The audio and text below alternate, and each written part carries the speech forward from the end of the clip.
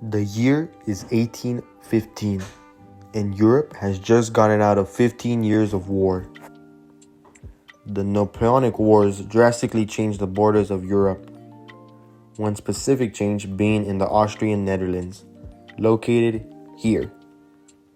After the Napoleonic Wars, it was incorporated into the newly established United Kingdom of the Netherlands, which, if you couldn't guess already, came with a multitude of problems.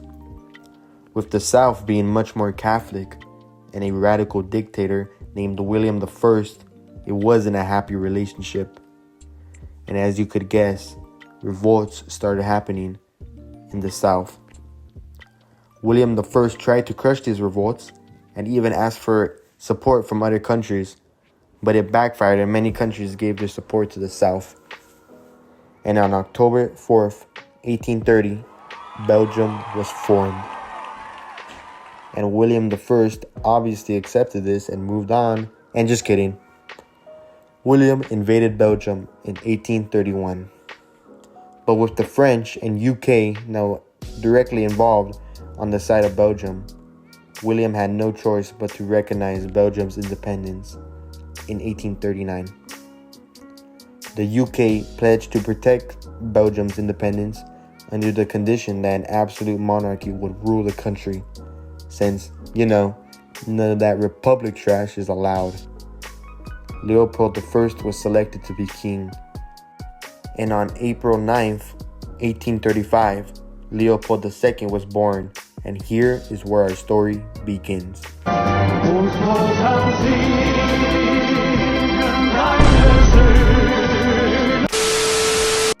So you see, the problem with being a newly independent country in Europe during the mid-1800s is that there isn't much potential to grow. With Belgium's population of just over 7 million people, there was no way Belgium could be seen as a great European superpower.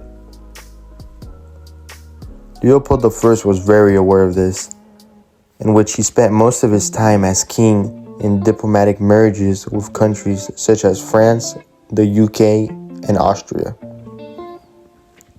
Of course, all in the name of diplomacy. In one of these marriages, Louis of Orleans gave birth to Leopold II.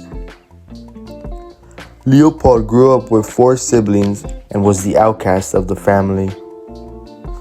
Due to a nerve defect he had that caused him to walk with a limp, and his long nose, which made him made fun of constantly. His own mother would describe him as bird-like and deformed, which was very uncool. Leopold excelled at geography and colonialism at school, and even served in the National Army throughout his youth. When Leopold turned 18, his dad set up a marriage between the archduchess of the Austrian-Hungarian Empire, in which, if you couldn't tell already, Leopold I loved his diplomatic marriages, and this was no exception. Leopold II knew he would be next in line, so he traveled the world hoping to find a way to turn his young nation to a superpower. He traveled to places such as the Ottoman Empire, British India, and much of the Middle East. Here's where many historians agree that the places Leopold had visited influenced his big idea. He knew for certain a colony would turn Belgium into a superpower.